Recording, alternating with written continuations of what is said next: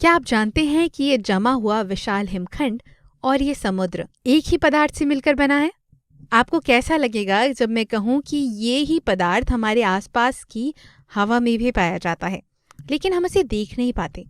हम उसे तभी देख पाते हैं जब वो भाप के रूप में होता है। कैसे हिमखंड पिघलकर समुद्र के पानी में बदल जाता है और कैसे पानी भाप में बदल जाता है।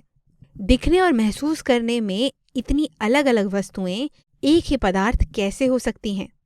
क्या आप मानेंगे कि ये सभी पानी के ही अलग अलग रूप हैं?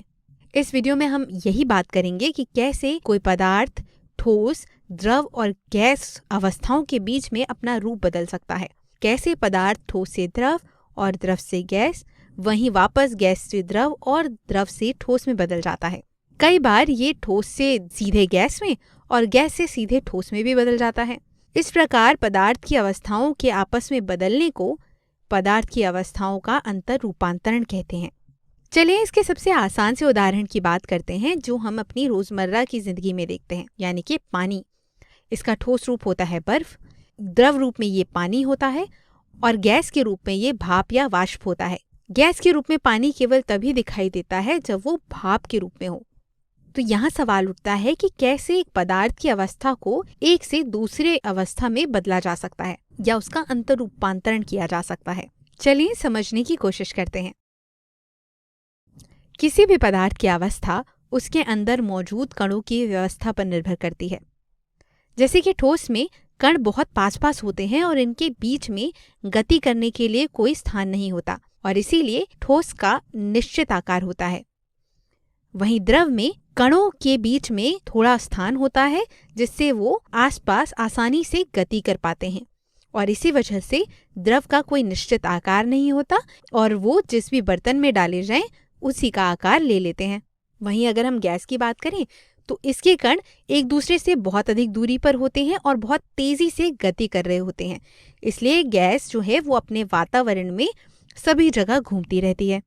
क्या अब आप ये समझ पाए कि कैसे किसी पदार्थ की अवस्थाओं को आपस में बदला जा सकता है? वीडियो को पॉज करके एक बार सोच कर देखिए। अगर हम पदार्थ के कणों की व्यवस्था को बदल दें तो हम इसकी अवस्थाओं को भी बदल सकते हैं, पर हम ऐसा करेंगे कैसे? तो ऐसा करने के लिए हमें कणों को ऊर्जा देनी होती है और ये ऊर्जा हम देते हैं ऊष्मा के रूप में। तो चलिए सबसे पहले बर्फ की बात कर लेते हैं। यहाँ पर हमने जो बर्फ ली है उसका तापमान -16 डिग्री सेल्सियस है।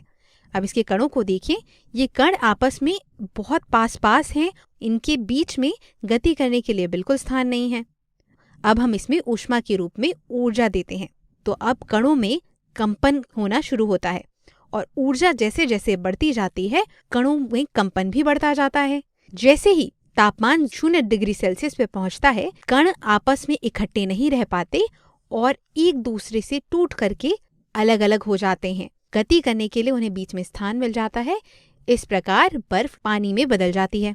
बर्फ के पानी में बदलने को गलना या मेल्टिंग कहते हैं और जिस तापमान पर ये होता है यानी कि 0 डिग्री सेल्सियस उसे गलनांक या मेल्टिंग पॉइंट कहते हैं। चलिए अब हम पानी की बात कर लेते हैं। तो यहाँ पर हमने 27 डिग्री सेल्सियस यानी कि कमरे के सामान्य तापमान पर मौजूद पानी लिया है। अब हम इस पानी को ऊर्जा देते हैं ऊष्मा के रूप में।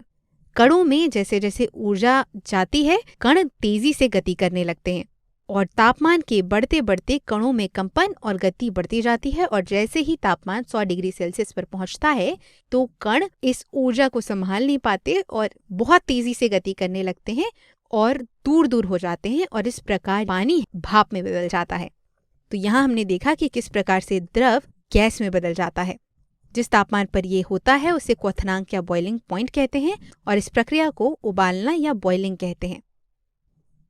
हमने इस वीडियो में देखा कि कैसे हम एक पदार्थ को ठोस से द्रव और द्रव से गैस में बदल सकते हैं। हमारे अगले वीडियो में हम देखेंगे कि कैसे हम पदार्थ को गैस से द्रव और द्रव से वापस ठोस में बदल पाएंगे।